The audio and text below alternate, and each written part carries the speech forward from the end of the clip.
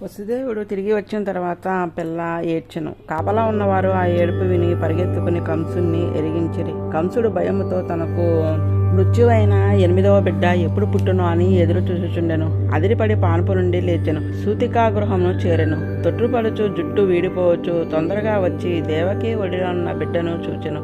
దేవకి దీనముగా జాలుగొలుపునట్లు, అన్న మేనల్లుడు కాదు, ఇది మేనకోడలు, ఆడపిల్ల, నీకు మృత్యువు కాదు. ఇంతవరకు కలిగిన పిల్లలందరూ పోయిరి. ఈ ఒక్క ఆడపిల్లను అయినను నాకు ఉంచుము అని ప్రార్థించెను.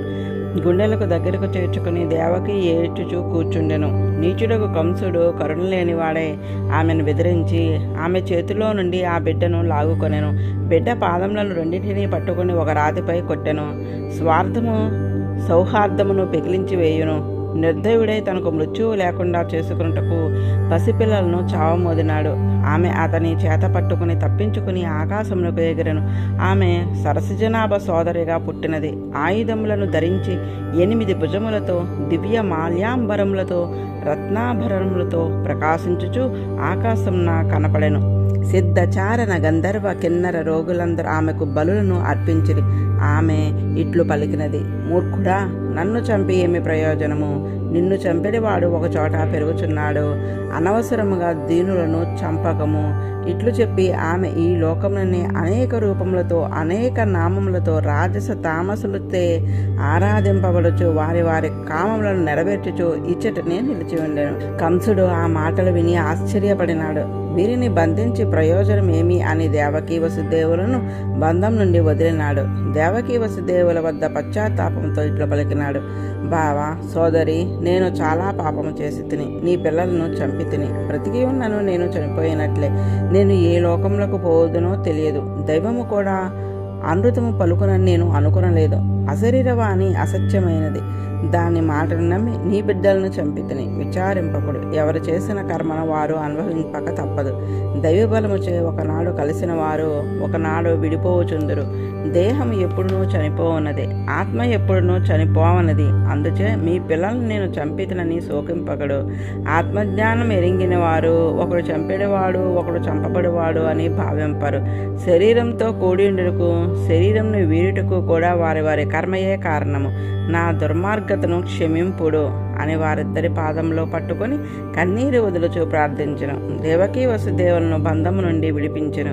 దేవకీ వసుదేవుల కంసుని మాటలకు సంతృప్తి చెంది క్షమించి నవ్వుచు ఇట్లనరి: మహారాజా, నువ్వు చెప్పినంతయో వాస్తవము. అజ్ఞానముచే ఈ శరీరమే తాను అనిపించును. ఆ శరీరమునకు హాని కలిగించే వారిని ద్వేషించి అనుకూలమైన వారిని ప్రేమింతురు. దానిచే శోకమును మోహమును పొందుచుందురు. అచేతనమైన ఖడ్గాదులచే అచేతనమైన శరీరంను ఈశ్వరుడే కర్మానుగుణముగా ఛేదించుచున్నాడని గుర్తింపలేరు. కర్మానుగుణముగా జన్మ మృత్యువులు కలుగుచుండును. దానికి ఎవరునూ నిమిత్తము కాదు. అందుచే నీవు సుఖముగా ఉండుము అని పలికరి. కంసుడు వారిని వదిలి తన భవనమునకు ఏగెను. ఆ రాత్రి గడిచిన తర్వాత మంత్రుల్ని పిలిచి వారితో యోగమాయ చెప్పిన విషయమునంతను విశదపరచెను. అప్పుడు ఆసుర భావములు గల ఆ మంత్రులు దేవతలపై పగగల వారై వివేకము లేని వారై ఇట్లు పలికిరి: ఇప్పుడే పుట్టి పెరుగుచున్నాడని తెలిసింది కనుక పట్టణములలో పల్లెలలో అంతటిను వెతికి పండ్లు రాని పండ్లు వచ్చుచున్న పిల్లలను చంపెదము. అట్లయినచో అతడు తప్పక చనిపోవను. దేవతలు పెరిగేవారు యుద్ధములకు సిద్ధపడరు. మీ బాణపు దెబ్బలచే ఇంతకు ముందు భయపడి పారిపోయినారు. పారిపోవు వారిని శరణన్న వారిని నీవు చంపక విడుచుటయే ధర్మముగా భావించి ఉంటివి. అందుచే వారు ప్రత్యక్షంగా యుద్ధమునకు దిగరు. దాగి ఉండి అపకారం చేయు ప్రయత్నింతురు. హరి ఎవరికంటా పడక దాగి ఉండడి స్వభావము కలవాడు. శివుడు వనములలోనే నివసించువాడు. ఇంద్రుడు వీర్యహీనుడు. ఎల్లప్పుడూ తపస్సు చేయవాడు బ్రహ్మ. అయినను శత్రువులు కనుక మనము వారిని ఉపేక్షింప తగదు. వారికి మూలము అయిన వారిని అంతము చేయదుము. శరీరంలో రోగము కలిగిన వాడు పూర్తిగా వ్యాపించే వరకు ఉపేక్షించరాదు. ముందుగానే దానికి మూల కారణం ఎరింగి తొలగించవలను. యోగులు యోగ సాధనలచే ఇంద్రియములను జయం పనిచో అవి యోగమును పాడు చేయను. అందుచే మనము కూడా ఈ దేవతల మూలముగా ముందుగా త్రుంచవలను. దేవతలకు విష్ణువు మూలము. వేద బోధితముగు ధర్మమును ఆశ్రయించి విష్ణువు యుండును. ఆ సనాతన ధర్మమును ప్రతిపాదించు వేదమును అధ్యయనము చేయు బ్రాహ్మణులను, వారు ఆచరించడు తపస్సులను, యజ్ఞములను, ఆ యజ్ఞమునకు పరికరములు కలిగించడు గోవులను అంతమొందించినచో సనాతన ధర్మము నశించును. అది నశించిన విష్ణువు నశించును. విష్ణువు లేకున్నా దేవతలకు బలము ఉండదు. అందుచే తాపస్సులను, యజ్ఞశీలను, గోవులను అంతమొందించదము. బ్రాహ్మణులు, గోవులు, వేదములు, తపస్సు, సత్యము, దమము, శమము, శ్రద్ధ, దయ, క్షమ, యాగములు హరి నివసించని స్థానములు. అందుచే హరిని అంతమొందించుటకు వీటన్నిటినీ నాశనము చేయుదమని మంత్రులు చెప్పారే. కంసుడు దుర్మతి అయ్యే మంత్రుల దుర్మంత్రములను విశ్వసించను. వారు కంసుని ఆదేశంతో రజసు తమసు ఆవరించిన మనసులు గలవారే సత్పురుషులకు హాని కలిగించుచుండిరి. అది వారిని మృత్యువు కలిగించునని, ఐశ్వర్యమును కీర్తిని నాశనము చేయునని వారు ఎరంగరు. సాధుహింస సర్వశ్రేయ వినాశ హేతువు. రేపల్లలోని కుమారుడు కలిగిన అన్న ఆనందంతో నందుడు వేదవేత్తలకు బ్రాహ్మణులను పిలిపించి స్వస్తి వాచనము చేయించెను. జాతకర్మ చేయించి బ్రాహ్మణులకు వేల కొలది గోవులను దానము చేసెను. తిలలతో 7 పర్వతములను కల్పించి వానిపై రత్నములను, బంగారమును, వస్త్రములను పరిచి దానము సంగెను. గాయకులు మంగళగానం చేసిరి. దుందుబులు మ్రోగినవి. గృహములు, వీధులు అలంకరించిరి. గోవులకు, వృషభములకు, దూడలకు పసుపు నూనె వ్రాసి బంగారు మాలికలతో అలంకారములు చేయించిరి. గోపకులందరూ కొత్త బట్టలను, ఆభరణములను ధరించి కానుకలు దాల్చి నందభవనాలకు వచ్చిరి. గోపికలు యశోదకు మగ పిల్లవాడు కలిగినని అలంకరించుకొని యశోద ఆ ఇంటికి బాలును చూచుటకు వచ్చిరి. పిల్లవానికి పసుపు నూనె ఇచ్చి స్నానం చేయించిరి. ఆనందం చే ఒకరిపై ఒకరు పెరుగు, పాలు, నెయ్యి చల్లుకొని పూసుకుని వసంతంలాడిరి. విద్యావంతులను, కళాకారులను సన్మానించిరి. యశోద, రోహిణి తమ బిడ్డల క్షేమమునకై విష్ణువును ఆరాధించిరి. భగవానుడు అవతరించుటచే వ్రజము సర్వసముద్రులతో వెలుచుండెను. లక్ష్మీ నివాసమై వెలుగుచుండెను. నందుడు మధురను పాలించు ప్రభువులకు సామంతుడు.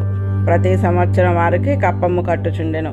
ఆ కప్పమును చెల్లించుటకై నందుడు తన పరివారంతో బయలుదేరెను. కొంతమంది గోపాకులను వ్రజమునకు రక్షణకై నియమించి ఉంచెను. నందుడు మధురకు వచ్చినాడని విని వసుదేవునకు ప్రాణం వచ్చినట్లు సంతోషించెను. కప్పము చెల్లించిన తర్వాత నందుడు వసుదేవుని చూచుటకు వెళ్ళెను. వసుదేవుడు ఆనందంతో లేచి నందుని కౌగలించుకొనెను, పూజించెను. ఇంకను ఇట్లు అడిగినాడు: సోదరా, పెద్ద వయసున సంతతి లేని నీకు సంతతి కలిగినది, చాలా ఆనందమైనది.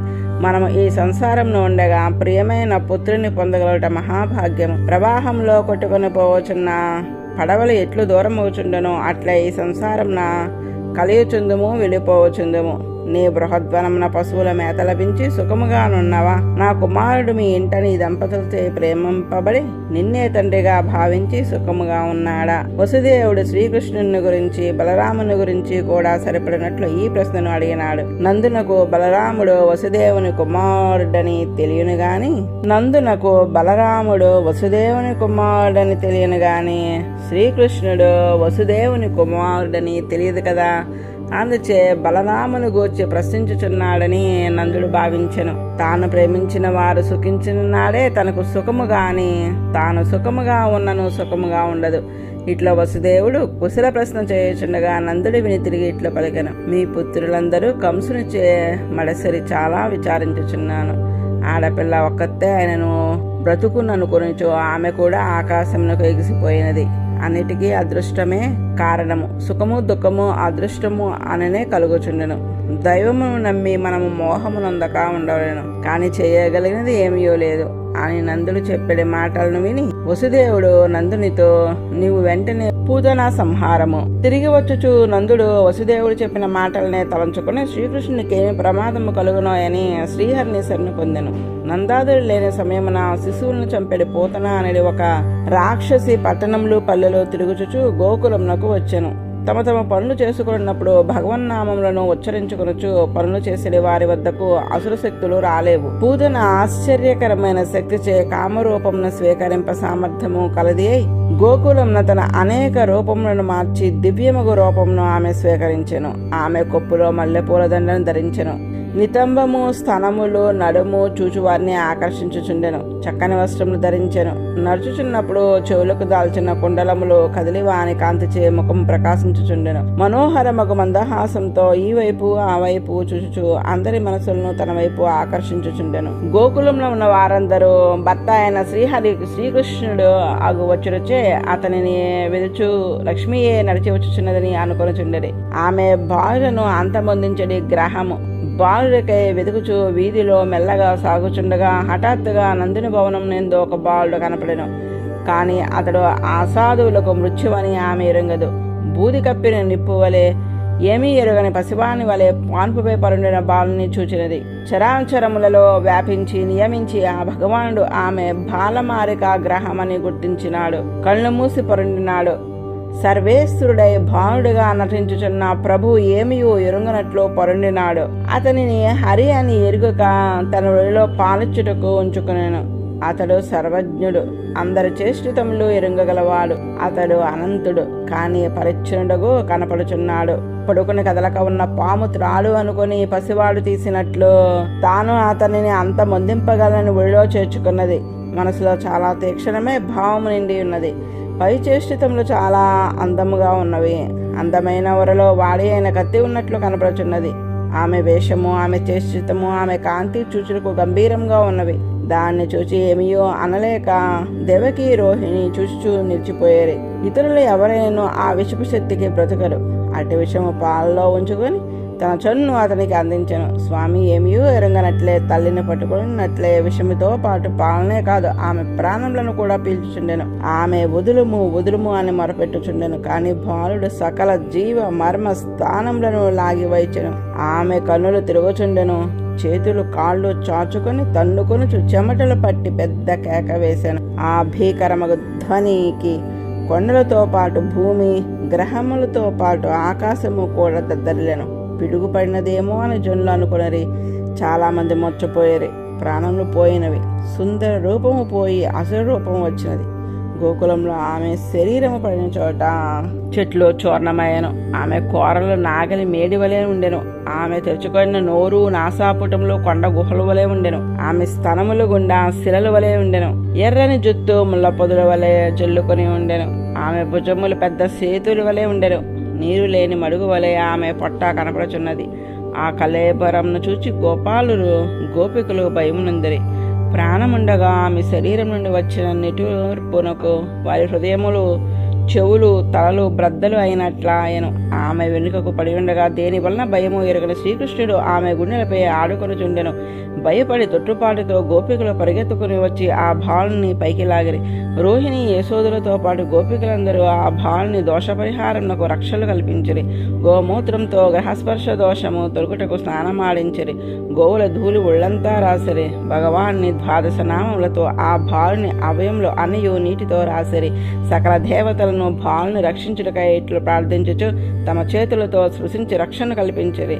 అజుడు పాదమును, అంతర్యామి అగు భగవానుడు మోకాలను, యజ్ఞస్వరూపుడగు భగవానుడు తొడలను, అచ్యుతుడు కటి ప్రదేశమును, హయగ్రీవుడు జఠరమును, ఈశ్వరుడు ఉదరమును, కేశవుడు హృదయమును, సూర్యుడు కంఠమును, విష్ణువు భుజములను, త్రివిక్రముడు ముఖమును, శంకరుడు శిరమును రక్షించుగాక. ముందు భాగమును చక్రధారి, వెనుక భాగమును గదాధరుడు, ఇరు ప్రక్కల యందు ధనుర్ధారియగు మధుసూదనుడు, ఖడ్గధారి యందు అజితుడు, ఆగ్నేయాది కోణముల యందు శంకధరుడు, ఊర్ధ్వమునందు ఉపేంద్రుడు, భూమిపై సంకర్షణుడు, అంతటా సర్వ ప్రాణి హృదయముల నుండి పురుషులను రక్షింతురుగాక. ఋషికేశుడు ఇంద్రియములను, నారాయణుడు ప్రాణములను, శ్వేత దీపాధిపత్తము చిత్రమును, యోగీశ్వరుడు మనసును కాపాడుదురుగాక. వృష్ణిగర్భుడు బుద్ధిని, భగవానుడు ఆత్మను, గోవిందుడు ఆడుకొను వాణిని, మాధవుడు పరుండు వాణిని, వైకుంఠుడు నడుచువాణిని, శ్రేయపతి కూర్చున్నవాణిని, యజ్ఞభోక్త భోజనము చేయుచున్న వాణిని రక్షింతురుగాక. కోటర, రేవతి, ఢాకిని మొదలగు గ్రహములు అన్నియు, భూత ప్రేత పిశాచములు అన్నియు భగవన్నామ ఉచ్చారణ చేతనే భయపడి పారిపోవుగాక. గోపికలు ప్రేమ సకల లోక రక్షకునకు రక్షణ కల్పింపచేయును. అతడే మంగళములకు మంగళుడు, భయములకు అపహరించువాడు, దుష్టశక్తులను దూరము చేయువాడు. అట్టి వానిని రక్ష కల్పించవలనడి భయమును కలిగించినది వారి ప్రేమ. ఆ ప్రేమకు వశపడి భగవానుడు వారు కోరకుండా తన్ను తాను రక్షించుకోలేని బాలుడిగా వారి మధ్యను సులభుడై ప్రకాశించుచున్నాడు. ఆ ప్రేమ జ్ఞానమును లేకుండా చేయును. విషము తాగి బ్రతికిన నాడే ఈ పసివాడు చంపగలడా? ఈమె గుండెల మీద భయపడక ఏడవక ఆడుకొనుచున్నాడే, ఇతడు సర్వశక్తిమంతుడై ఉండెను అని గోపికలకు తోచలేదు. కారణం వారి నిర్మలమైన ప్రేమ. సర్వలోక రక్షకునకు రక్ష కల్పించవలనని అనిపించినది గాని అతనిని గుర్తించినట్లు చేయలేదు. జ్ఞానులు వానిచే రక్షింపబడినదగిన వారమని భావింతురు, కానీ అనన్య భక్తి కలవారు వానినే తాము రక్షింపవలనని ప్రయత్నింతురు. ఇట్టి ప్రేమ కలుగుట దుర్లభము. రూపుదాల్చిన ప్రేమయే గోపికలు. అప్పుడు యశోద ఆ పసివాన్ని తీసుకుని పాలిచ్చి పాన్పుపై పరుండబెట్టినది. నందాదులు మొదలు నుండి తిరిగి వచ్చుచు దారికి అడ్డంగా పడి ఉన్న పూతన దేహమును చూచిరి, ఆశ్చర్యపడిరి. వసుదేవుడు తక్కువ వాడు కాదు, ఋషియో యోగియో అయి ఉండును. ఈ ఉపద్రవము రాబోచున్నదని ముందుగానే చెప్పినాడు అని అనుకొనుచు గోకులంను ప్రవేశించి గొడ్డళ్ళు తెచ్చి ఆమె దేహమును ఖండించి ఊరికి దూరంగా దహించిరి. ఆమె దేహము దహింపబడుచుండగా అగరవాసన ఊరంతా వ్యాపించెను. పూతన భాగమెట్టిదో శ్రీకృష్ణ భగవాన్ని పాదములు ఆమె గుండెలపై పారాడినది. స్వామి ఆమె పాలు త్రాగినాడు. ఆమె శరీరంలో పాపములు ఎక్కడ ఉండునో? ఆమె పాపరాశి. లోకములో బాలులందరినీ చంపినది. రాక్షసి, రక్తమును త్రాగిడి అలవాటు కలది. అట్టి పాపిష్టి చంపవలనని కోరికతోనైనా శ్రీకృష్ణునికి పాలు ఇచ్చినది. పాపములు పటాపంచులైనవి. భావన ఎట్లున్నను అర్పించడి ద్రవ్యము ఎట్టిదైనను భగవంతునికే అర్పించిన నాడు అది పుణ్యమేగును. పాపములు అన్నీ నశించును. దుర్వాసనలతో నిండిన పోతన శరీరము నుండి సువాసనలు వచ్చినవి. అట్లే మనలో ఉన్న దుర్వాసనలు తొలగి సువాసనలు కలుగుటకు ఎట్లిచ్చినను ఏమిచ్చినను శ్రీహరికే అనుభావము పరిపూర్ణంగా ఉండిన చాలును. ద్వేషంతో విషము అర్పించిన పోతమునకే సద్గతి కలిగిన నాడు శ్రద్ధతో భక్తితో కృష్ణ పరమాత్మకు తల్లుల వలె పాలు నెయ్యి అర్పించిన వారు ఏ లోకములను పొందుదురో చెప్పగలమా? భక్తుల హృదయంలో సంతతము కదిలేవి లోకేశ్వరులచే నమస్కరింపతగినవి భగవానుని పాదములు. ఆ పాదములు ఆమె శరీరంపై పడినవి. భగవానుడే ఆమె పాలు త్రాగినాడు. ఇక ఆమెకు ఉత్తమగతి కలుగుట సంధియమా? పాలలో విషమిచ్చి ఒక రాక్షసి ఉత్తమగతిని పొందినది అయినచో ఆ భగవానుకు పాలిచ్చిన తల్లులు గోవులు సద్గతి పొందుటలో వింత ఏమున్నది? పత్రము, పుష్పము, ఫలము, జలము ప్రేమతో అర్పించిన వారికి ఐశ్వర్యమును, కైవల్యమును, సాయుధ్యమును ప్రసాదించడి భగవానుడి ప్రేమతో పాలిచ్చిన తల్లులకు ఏమివ్వడు? భగవానునిగా భావింపకపోయినను పుత్రునిగా భావించి పాలిచ్చినను త్రాగిన వాడు భగవానుడే కదా. వారికి తెలియట కాదు ప్రధానము. వారు అర్పించినది భగవానునకు, అంతయే చాలు ఫలము అందుటకు. ఆ వాసనను గోకులంను అందరూ ఏమిది ఎచ్చటి నుండి వచ్చుచున్నది అని అనుకొనుచు ఆశ్చర్యపడుచుండరి. నందాదులు వచ్చి పూతన వృత్తాంతమును విని అదృష్టవంతులము బ్రతికితిమిని బాలుని ఎత్తుకొని ముద్దాడి పరమానందము ఉందిరి. ఇందులో మనము నేరవదగిన రహస్యము తెలుసుకుందాము. ప్రేమించిన భక్తులను తాను వారి దగ్గర ఉన్నానని వారికి తెలియకుండా భగవానుడే చేరి ఉండెను. అవివేకము, అహంకారము, శరీరమే తాను అనే భావము దీన్ని సహింపలేదు. శరీరము తాను నశించకూడదని ప్రయత్నించుచుండును. భగవానుడు లోన పెరిగినచో శరీరము నశించును. వాణ్ణి చంపుటకు పూతను పంపినాడు కంసుడు. ఇది అవిద్య. ఉన్నది లేనట్లుగా, లేనిది ఉన్నట్లుగా తోచినట్లు చేయనది అవిద్య, అజ్ఞానము. అది కృష్ణుని చంపవాలని ప్రయత్నం చేసెను అవిద్య. ప్రకృతి మాయ ఒక్కటే. ప్రకృతియే పూతన, అది మన శరీరముగా మారి ఉన్నది. ఈ శరీరంను కాపాడుకొనవలను అనుకొని అవివేక జన్యమగు కామమే కంసుడు. ఆ కోరిక ప్రకృతి ద్వారా లోనున్న భగవాన్ని లేకుండా చేయుటకు ప్రయత్నించును. ప్రకృతికి అందమైన రూపము, భయంకరమైన రూపము కూడా ఉన్నవి. స్వభావంలో దుష్టత, రూపంలో సౌందర్యము కలిగి వచ్చినది పూతన. ఆకర్షకంగా వచ్చినది, తల్లి వలె వచ్చినది, పోషించడి పాల వలె విషమునిచ్చుటకు వచ్చినది. ప్రకృతియు ఇట్లే చేయుచున్నది. ప్రకృతి యొక్క వికారంలే మనము అనుభవించే భోగ్యములకు విషయంలో. భోగస్థానములు అనగా ఉద్యాన గృహ ఆరామాదులు, భోగములకు సహాయపడు ఇంద్రియములు, శరీరము, ఇవన్నీ ప్రకృతి వికారంలే. చాలా అందమైనవి, అనుభవింపదగినట్లు కనపడుచున్నవి. అవి లేనిచో మనము బ్రతకలేము అనున్నట్లు, మన పోషణమునకే ఉన్నవా అనున్నట్లు కనపడుతున్నవి. కానీ తెలియక అనుభవించితమా ఆత్మకు ఆత్మగు, ప్రాణమునకు ప్రాణమగు భగవాన్ని దూరము చేయజాలినవి. శ్రీకృష్ణునికి నిజమైన తల్లి యశోద. ఆమెయే మన ఆత్మకు గురువు వసంగిన మంత్రము. తల్లి యశోద ఇచ్చడి పాలు శ్రీకృష్ణుని పోషింపజాలినవి. మంత్రం వసంగిన జ్ఞానము అనగా అర్ధపంచక జ్ఞానము ఆత్మను పోషించడి పాలు. ప్రకృతి ఆత్మకు తల్లి కాదు గాని శరీరమునకు తల్లి అయ్యి ఆత్మకే తల్లి అన్నట్లు కనపడును. ఆమెయే పోతన. ఆమె 2 స్థనములలో విషము నింపుకుని వచ్చినది. శరీర సంబంధము చేయగలిగే అహంకార మమకారంలే 2 స్థనములు. వీటితో అనుభవించడు విషయంలే విషములు. శరీరము అనుభవించుచుండగా నేను అనుభవించుచున్నాను, నాది ఈ అనుభవము అని అనిపించుటే ఆత్మకు భగవాన్ని దూరము చేయు విషము. భక్తులు ఉండే స్థానములు గోకులము అందుకున్నాడు భగవానుడు. యశోద ప్రేమతో పెంచుచున్నది. తన విషపు పాలిచ్చు చంపుటకు వచ్చినది పోతన. త్రాగినాడు కానీ చావలేదు. కారణము మన భావంలో విషమునకు అమృతమునకు భేదమున్నది. విషము శరీరమును దూరము చేయునది, అమృతము శరీరమును నిలుపునది. వైద్యులు శుద్ధి చేసిన నాడు విషమే ప్రాణమును నిలుపుటకు సాధనమగును. తెలియకుండా ఆ శుద్ధి జరిగినది. భగవంతునికి అర్పించుటే విషములకు శుద్ధి. భగవంతునకు అర్పించుటే విషములకు శుద్ధి. విషయములకు భయపడి అనుభవింపకుండా వదులుట లౌకికుల దృష్టి. విషయములను వదలరాదు, అనుభవించవలెను. ఇంద్రియములు విషయములను అనుభవించుటకే కదా భగవానుడు సృష్టించినది. అనుభవించవలను, హాని కలుగకూడదు. ఈ రహస్యంనే పోతన మనకు విసిదము చేసినది. విషమును శ్రీకృష్ణునికి అర్పించినది. అట్లే మనము కూడా విషయములను శరీరము కొరకు అనుకొనకుండా నా కొరకు అని భావింపక నాలోనున్న భగవాను కొరకు అని భావించినచో మనలోనున్న భగవానుడు మనకు దూరం కాడు. అంతేకాదు దుర్వాసనలు పోయి సువాసనలు కలుగును. అనుభవింపబడు ప్రతి పదార్థము భగవంతునికి అర్పింపక తన కొరకు అని పరీక్షన్ మహారాజు పోతనా మోక్ష వృత్తాంతంను విని సుఖయోగేంద్రుణ్ణి ఇట్లు కోరుచున్నాడు. భగవానుడు ఈ లోకంలో అవతరించి ఎన్నో చేష్టితములను చేసినాడు. అవి వినుటకు ఇంపైనవి, మనసును అలరించుచున్నవి. అవి విన్నంతనే మనసున ఖేదము పోవును, బుద్ధిలో అస్వస్థత తొలుగును, ఇతర విషయములపై కోరికలు అణిగిపోవును, అంతఃకరణము పరిశుద్ధమగును, భగవంతుని యందు భక్తి కలుగును, భగవద్భక్తుల సాంగత్యం నందు ప్రీతి కలుగును.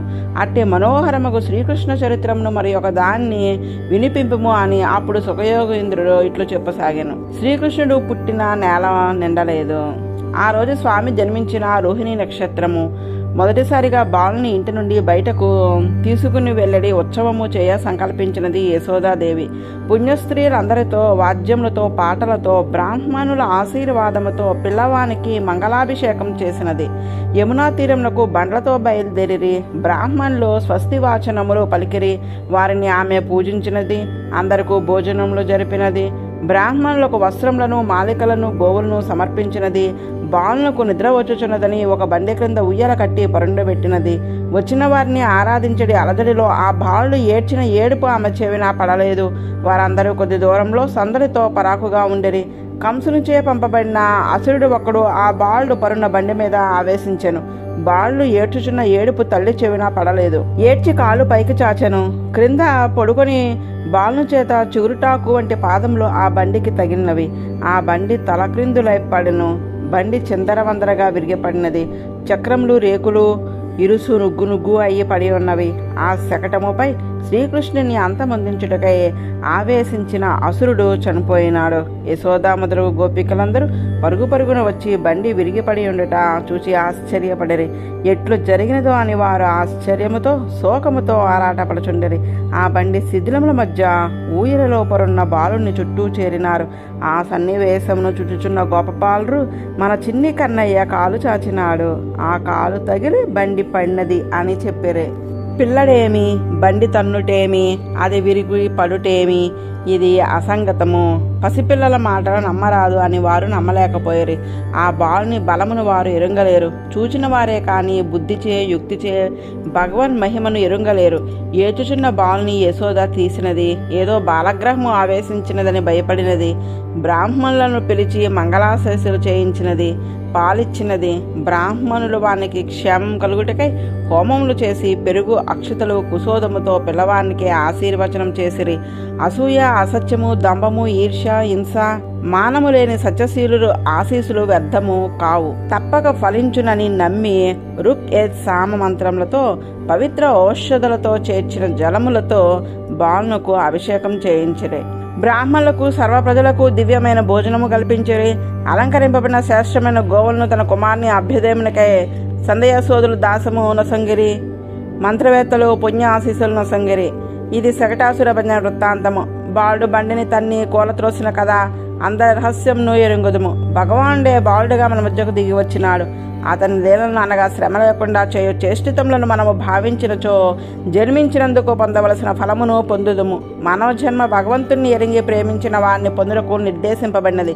దీనికి ప్రతిబంధకము అవిద్య అనగా అజ్ఞానము. శరీరమే నేను అని అనుకునుట, శరీరమునకు చెందినవి నావి అనుకునుట. మన ప్రయత్నం చే మనము దాన్ని తొలగించుకొనవలను. భగవంతుని ప్రేమించి దర్శించుచో సేవించినచో మనము కోరనక్కర లేకుండానే అతనిని మనం లేకుండా చేయాలని ప్రయత్నం చేయు అవిద్య అంతముందును. అది ఏ పోతనా మోక్షము. దాన్ని వెనక తెలుసుకుంటమే. అజ్ఞానం చే మనము చేయు వ్యాపారంలో అన్నిటినీ నేను చేయుచున్నాను, ఈ పనులన్నవి నాకే చెందినవి అని భావించరు. అందుకొన్ని చేయదగినవి, కొన్ని చేయరానివి, అవి ఏ పుణ్యము పాపము అని వ్యవహరింపబడినవి. ఆ కర్మల చేతనే మనకు శరీరంతో సంబంధము కలుగును, భగవంతునితో సంబంధము దూరమగును. శరీరమే ప్రధానమనిపించును, లోనున్న భగవానుని లేనట్లు చేయును. ఇదే అసురభావము. శకటము శరీరము, శ అనగా సుఖము అనగా భగవానుడు, కట అనగా వానితో సంబంధము తెంచున్నది.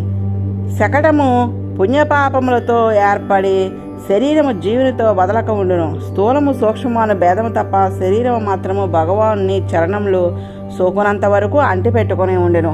వ్రేపల్లలో చేరిన శ్రీకృష్ణుని అంతమొందించుటకు వచ్చిన శకటాసుని వలె మనతో చేరి ఉన్న భగవాన్ని దూరము చేయుటకు అసురభావముతో నిండిన శరీరము ప్రయత్నించును. ప్రేమించిన వారికి తాను దూరము కాకుండుటకు భగవానుడు తన పాదములను ఆ శకటమును తాకించును.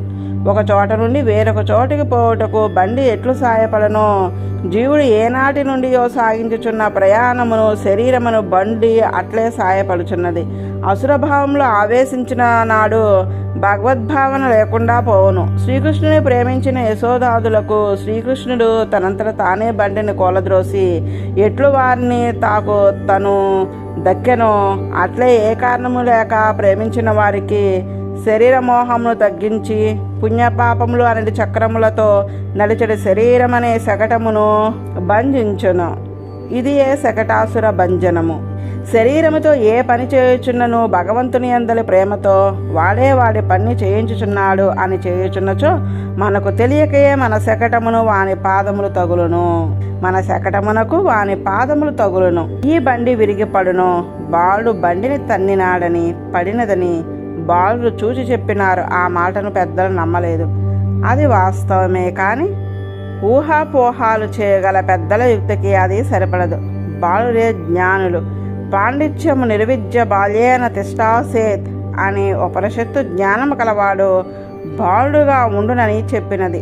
అట్లు చూచి చెప్పిన జ్ఞానులు భగవంతుని చరణ సేవనమే మోక్ష సాధనమని చెప్పినను యుక్తులు తెలుసుకొనగోరు వారికి నమ్మకము కలుగదు.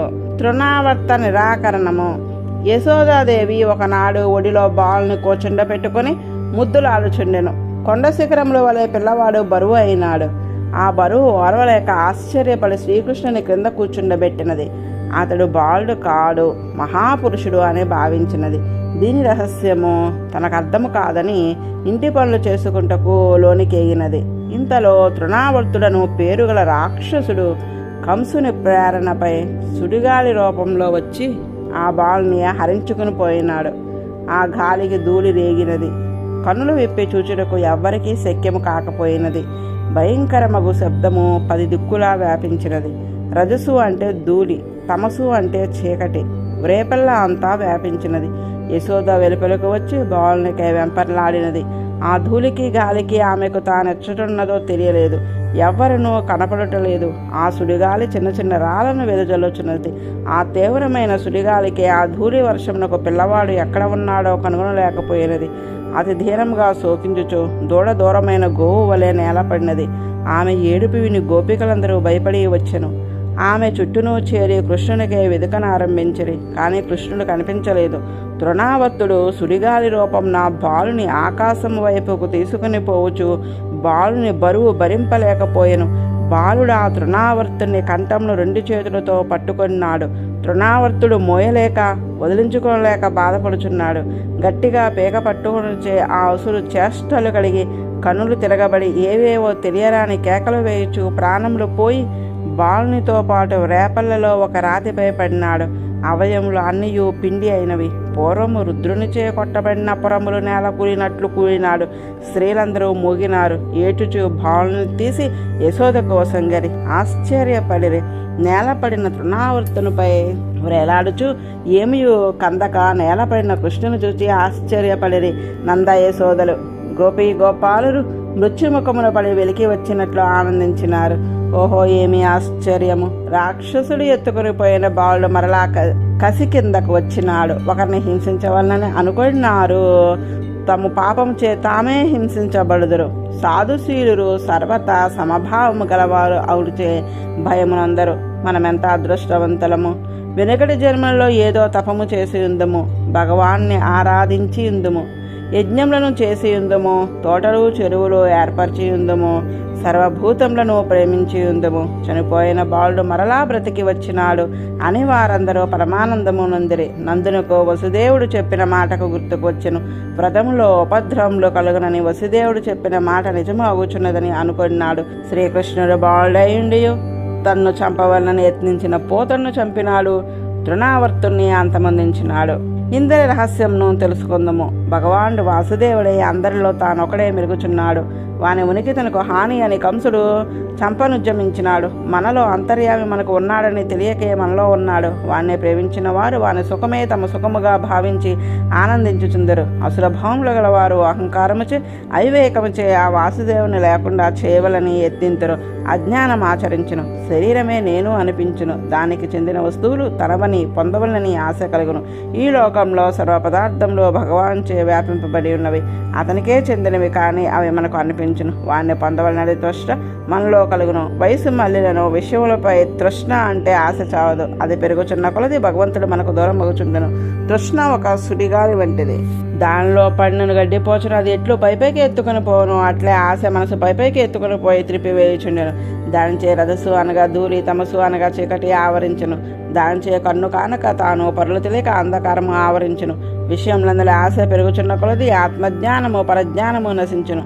తన్ను ప్రేమించిన వారికి ఆర్తి చూచిన భగవానుడు వాసుదేవుడు ఆ తృష్ణ అనేది తృణావర్తుని చంపి మరలా తన్ను తానే వారికి అందించును. ఆ తృష్ణ జన్మసిద్ధముగా అవిద్య చే మనకు కలుగుచుండెను. దేనే భగవదనుగ్రహము చే అంతమొందింప చేసుకున్నట్టే ఏ కర్తవ్యము. ఈశావాస్య ఉపనిషత్తు దీనిని మొదటి మంత్రంలో చెప్పినది. ఈశావ్యాసం ఇదం సర్వం మా గృదః కస్య స్వేద్ధనం. ఈశ్వరుడు అన్ని పదార్థములలో వ్యాపించి నియమించువాడు. ఇది అంతయు వానికి చెందినదే. ఈ జ్ఞానమే జ్ఞానమనబడును. వానికి చెందనిది, వాని కొరకే వినియోగపడనిది, వానిచే నియమింపబడనిది ఏ ఒక్క వస్తువు కూడా లేదు. ఇది నాది, ఇది నా కొరకు అని భావించుట అవివేకము. వానిని అనుభవించుచున్నను, వాణ్ణి కాపాడుకొనుచున్నది నాది, నా కొరకు అనే భావమును వదిలి జీవించుటే త్యాగము. తృష్ణ మనసును నిండినవాడు భగవానుకు దూరము అగుదురు. త్యాగము కలిగిన నాడు భగవానుడు మనకు చేరువాగును. ఇదే తృణావర్త నిరాకరణము. ఆవర్తము అనగా సుడి. అట్టి తృష్ణ మనసు తృణము సుడిగాలికి వశపడినట్లు వశము చేసుకొనును. ఆ సుడి నుండి బయల్పడుటయే తృణావర్త నిరాకరణము. స్తన్యపానమున విశ్వరూప దర్శనము. యశోద బాలకృష్ణునకు పాలిచ్చుచు అతని ముఖమునే చూచుచు ఆనందించుచుండెను. కడుపు నిండబోచున్నది. స్వామి ఒక్కసారి పాలు త్రాగుట ఆపి నవ్వుచూ అమ్మ వైపు చూచెను. అమ్మ బాలుని ముఖమున నిమురుచు ప్రేమతో చూచుచుండెను. నిద్ర వచ్చినట్లు పసివాడు ఆవులించెను. యశోదకు ఆ బోసు నోటిలో జగమంతయు కనిపించినది. ఆకాశము, భూమి, భూమి ఆకాశముల మధ్య భాగము జ్యోతిర్మండలము, దిక్కులు సూర్యచంద్రులు, అగ్నివాయువులు, సముద్రములు, ద్వీపములు, పర్వతములు, నదులు, వనములు స్థావర జంగమ పదార్థంలో కనపడినవి. ఆమె ఆ ముఖములో అన్నిటినీ చూచి గడగడ వణికి కనులు మూసి ఆశ్చర్యంతో కొయ్యబారిపోయెను. వాసుదేవుడు సకల పదార్థములలో ఉండును, సకల పదార్థములు అతనిలో ఉండును. బాలుడుగా ఉన్నను వాసుదేవుడు తన స్వరూపమును వీడి ఉండడు. అతనితో విశ్వము చేరియే ఉండును. విశ్వరూపుడకు భగవానుడు తనను ప్రేమించిన వారిని అనుగ్రహించి ఈ కనులతో చూచుటకు శక్యము కాని తన రూపమును ఈ కనులకు గోచరమగునట్లు చేయును. అతని సంకల్పముచే సులభుడు అగును. అంతేగాని విశ్వరూపమును అతడు వీడకయే ఉండును. అది ఎరుంగలేక కొందరు సులభుడు అయినచో పరుడు అయినచో సులభుడు కాడని భావింతురు. శ్రీకృష్ణుడు అనగా బాలుడుగా నుండి పాలు త్రాగుట మనవలే కర్మచే కలిగినది కాదు. అది వాని అనుగ్రహము, అది యొక్క లీల. బాలునిలో విశ్వమంతయు ఇమిడి ఉన్నది. సంభవమా? ఇది మన యుక్తికి తర్కమునకు అందదు. అణువులో విశ్వమును ఇమర్చగల శక్తి గలవాడు భగవానుడు. విశ్వంలో కనపడక తానుండగలవాడు భగవానుడు. ఈ లీలను యశోదకు చూపి తన భగవత్తత్వంను ప్రదర్శింపచేసినాడు. నామకరణము. వసుదేవుడు యదువంశమునకు చెందినవాడు. మహాతపస్శాలియగు గర్గుడు వారి పురోహితుడు. వసుదేవ పుత్రులకు బలరామకృష్ణులకు పుట్టిన తరువాత జాతకర్మ నామకరణములో జరగలేదు. అందుకే వసుదేవుడు గర్గుని అర్థించినాడు. అతని ప్రార్థనపై గర్గుడు వ్రజమునకు విచ్చేసినాడు. నందుడు పరమప్రీతుడై ఎదురేగి అంజలి ఘటించి నమస్కరించి భగవద్భావనతో గర్గుని ఆరాధించినాడు. ఆసనంను కూర్చుండచేసి తన నూనృత వాకులతో గర్గమహామునికి ఆతిథ్యముసకి ఇట్లు పలుకుచున్నాడు. మహానుభావ, బ్రహ్మవేత్తలకు మీరు పూర్ణులు. మీకు మా నుండి పొందదగినది ఏమి ఉండును? మహాపురుషులు కదిలి వచ్చుట దేన మనస్సులైన గృహస్థులకు నిశ్రేయస్సయము కల్పించుటకే వేరొకటి కాదు. గ్రహముల గతులను నిరూపించు అతీంద్రియ జ్ఞానము మీ సొత్తు. మీరు భూతమును భవిష్యత్తు ఎరిగినవారు. ఈ బాలురు బలరామకృష్ణులు సంస్కారములేమియూ లేకయున్నారు. వీరికి జాతకర్మను నామకరణము చేయుదురుగాక అని ప్రార్థించిన నందుని మాటలు విని గర్గమహామని ఇట్లో పలుకుచున్నాడు. నందా, నేను యదువులకు ఆచార్యుడను. లోకమంతయు నన్ను ఎరుగును. నేను నీ కుమారులకు సంస్కారము చేసి తిన్నని ఎవ్వరికీ తెలియరాదు. తెలిసినచో వీరు దేవకీ పుత్రులని బయల్పడును. కంసుడు దేవకీదేవి అష్టమ గర్భంన మగపిల్లడే జన్మించును గాని ఆడపిల్ల పుట్టదు. ఆ పిల్లవాడిని వసుదేవుడు తన మిత్రుడు నందుని వద్ద పెంచుతున్నాడు. అందుచేతనే యదు పురోహితుడు గర్గమహాముని నామకరణము చేసినాడు అని ఊహించును. ఆనాడు బాలిక చెప్పిన మాటలను విన్న కంసునకు వ్రజములో దేవకీనందనుడు ఉన్నాడేమోనని శంఖ సత్యమును తోచు శ్రీకృష్ణుని చంప ఉద్యమించును. అది మనకు క్షేమము కాదు అని చెప్పినాడు. ఆ మాటలు విని నందుడు మా రేపల్లిలోని వారికి కూడా తెలియకుండానట్లు రహస్యంగా ఈ బాలునకు నామకరణం చేయడని ప్రార్థించినాడు. తాను చేయదలిచిన దాన్ని నందుడు సమ్మతించినాడని సంతసించిన గర్గముని రహస్యంగా నామకరణం చేసినాడు. రోహిణీ పుత్రుడు జ్యేష్ఠుడు, బలశాలి, అందరినీ ఆనందింపజేయవాడు కనుక ఇతనికి బలరాముడు అని వ్యవహరించతగును. దేవకీదేవి గర్భమున ముందుండి వెలుపలకు ఆకర్షింపబడినాడు కనుక సంకర్షుడు అని కూడా ఇతన్ని పిలవతగును. నీ పుత్రుడు ప్రతి యుగమున భిన్న భిన్న వర్ణములతో శరీరంను స్వీకరించుచుండువాడు. ఇతడు ప్రతి యుగమునకు జన్మించుచున్నాడు. తెల్లని, ఎర్రని, పచ్చని శరీర వర్ణముతో ముందు యుగంలో జన్మించినాడు. నేడు నల్లని వర్ణము కలవాడే జన్మించి ఉన్నాడు కనుక కృష్ణుడు అని ఇతనిని వ్యవహరింపదగును. ఈ మాటల్లో కృష్ణుడు భగవానుడని, అతడు పరాత్పరుడని ప్రతి యుగమున లోకరక్షణకై అవతరించిన వాడని చెప్పుచు నీ పుత్రుడు అని గర్గుడు చెప్పకయే కృష్ణుని పర్వతంను చెప్పినాడు. అంతేకాదు, ఈనాడు నీ కుమారునిగా ఉన్న ఇతడు ఒకప్పుడు ముందు కాలం నా వసుదేవుని కుమారునిగా జన్మించినాడు. అందుచేత వాసుదేవుడని కూడా పేరు కలిగి ఉండవచ్చును. తన కొడుకే అని భావించుతున్న నందునకు గర్గమహాముని ముందు వసుదేవుని కొడుకైన కృష్ణుడే నీ కుమారుడైనాడని చెప్పినాడు. ఇంతేకాదు, ఇతనికి గుణములను బట్టి కొన్ని నామధేయములు, చేష్టితములచే కొన్ని నామధేయములు కలవు. అవి అనంతములు. అవి నాకు తెలియను, లోకము ఎరగదు. నారాయణ, మధుసూదన, గోవింద మొదలగు నామములనియు ఇతనవే అని పరమాత్మయే నీ బిడ్డలని సూచించినాడు గర్గమహాముని. ఇతడు మీ గోపాలకులకు గోకులమునకు ఆనందమును కలిగించుచు శ్రేయస్సును ప్రసాదించును. ఇతని సాయముచే మీరు సర్వదుర్గములను తరింపగలరు. నందరాజా, పూర్వము ఈ లోకమున రాజులు దుష్టులై సాధువులను పీడించుచుండగా రక్షించిన వాడు ఇతడే. ఈ మాటలచే సాధు పరిత్రాణం దుష్ట శిక్షణము చేయుటకే అవతరించిన వాడు అని చెప్పినాడు. శ్రీకృష్ణుని ప్రేమించిన మానవులకు శత్రువుల వలన పరాభవము కలగదు. అందుచే నంద, నీకు మాడు గుణములచే నారాయణతో సమానుడు, ఐశ్వర్యము, కీర్తి, ప్రభావము కలవాడు. ఇతన్ని ప్రేమతో శ్రద్ధతో కాపాడుచుండుము. ఇట్లు చెప్పి గర్గమహాముని మరలా వెళ్ళినాడు. నందుడు తన కోరికల వల్ల తిరునట్టు పరమానందంతో ఉండినాడు. నందునకు శ్రీకృష్ణ తత్వంను ఎరింగించిన గర్గమహాముని మహాతపస్శాలి. భగవానుగా ఎరింగి అతని భగవత్తత్వమును లోకమును ఎరింగించుటకు భాగవతమును రచించినాడు. శ్రీకృష్ణ తత్వమును ఎరుంగగోరిన వారు గర్గభాగవతమును చదవతగును. బాలక్రీడలో విశ్వరూప ప్రదర్శన.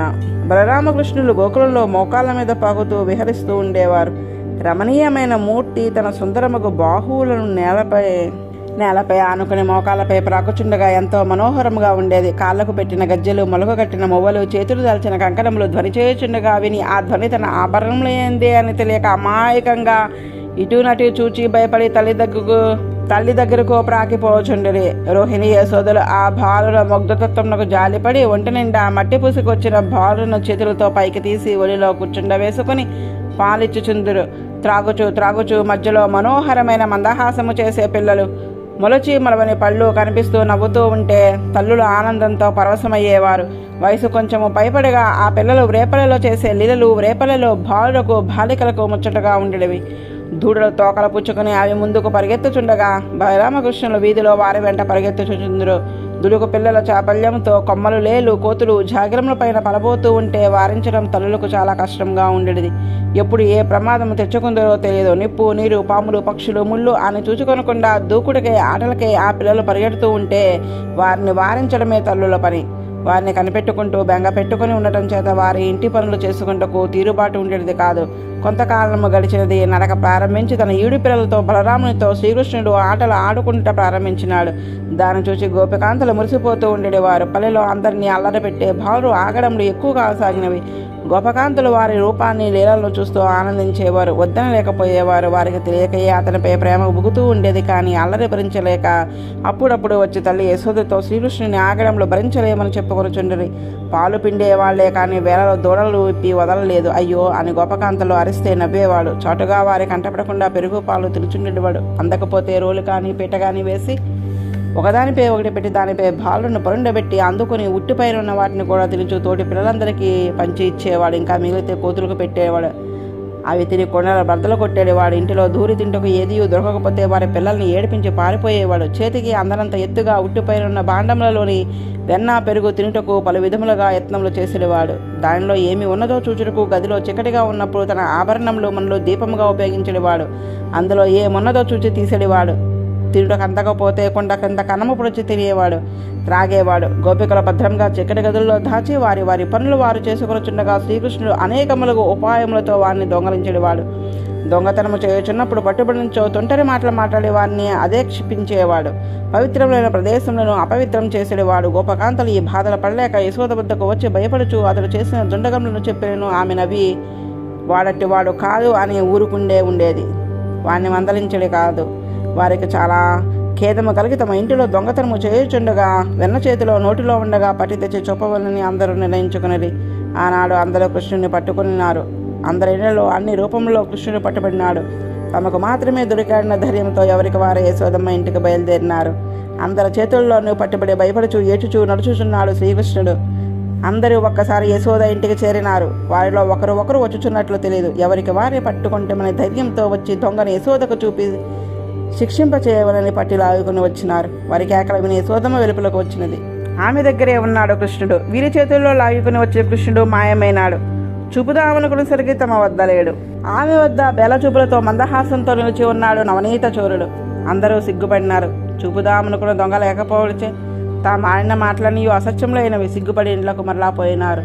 ఇట్టి లీలలు ఎన్నో చేయొచ్చు అందరినీ తన ధూర్త కృత్యములతో ఆనందించినాడు. తాను ఆనందించినాడు. కృష్ణుని బాలలీలను వ్యాసభాగవతము కంటే పోతనగారు తెలుగులో ఎంతో ఎక్కువగా ముద్దుగా వర్ణించినారు.